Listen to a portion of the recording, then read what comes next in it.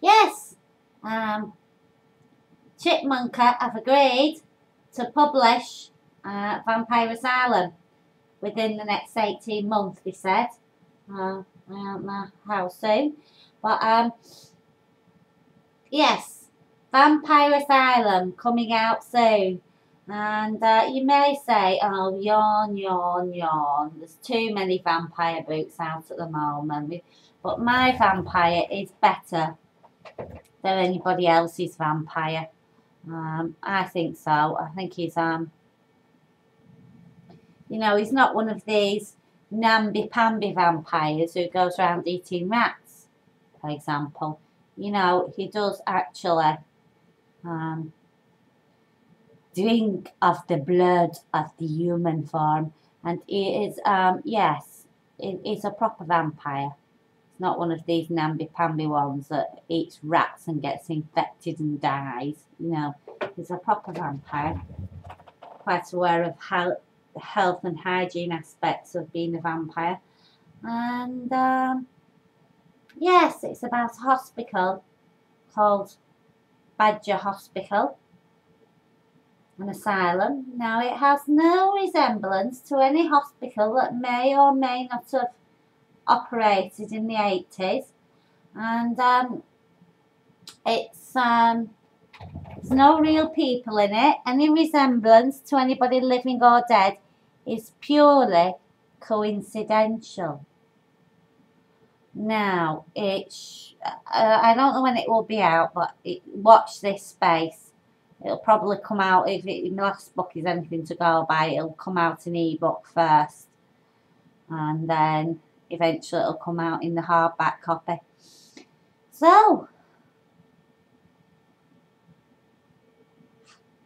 I don't think I'll get rich off it. You know, I didn't off my last book. But, you know, it's a charity publisher. They publish for free. At least I get my work in print. As Jason Pegler says, the founder of Chipmunka Publishing, it's a document of, you know, he provides documents of mental health literature and stuff. So, you know, it's the lead character, Grace. She suffers from schizophrenia, which is why she goes to work at the hospital. Now again, she bears no resemblance to any nurse who may have worked at the hospital that also suffers from schizophrenia. She's total fiction. Although, you know, I think it's a realistic impression of a nurse suffering from schizophrenia. I really do. Anyway, as is a vampire, it's a realistic vampire. There's two kinds of vampire. There's a proper vampire that turns into a bat, and there's a couple of vampires that have the psychiatric term of vampires. Now, it's completely fictional.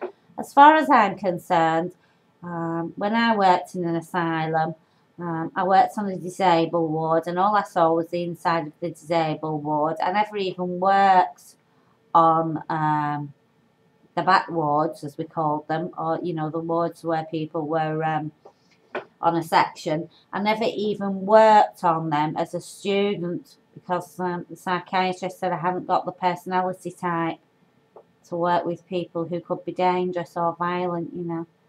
So, I've no idea what happened when Brockall closed. All I know is I was the last person out.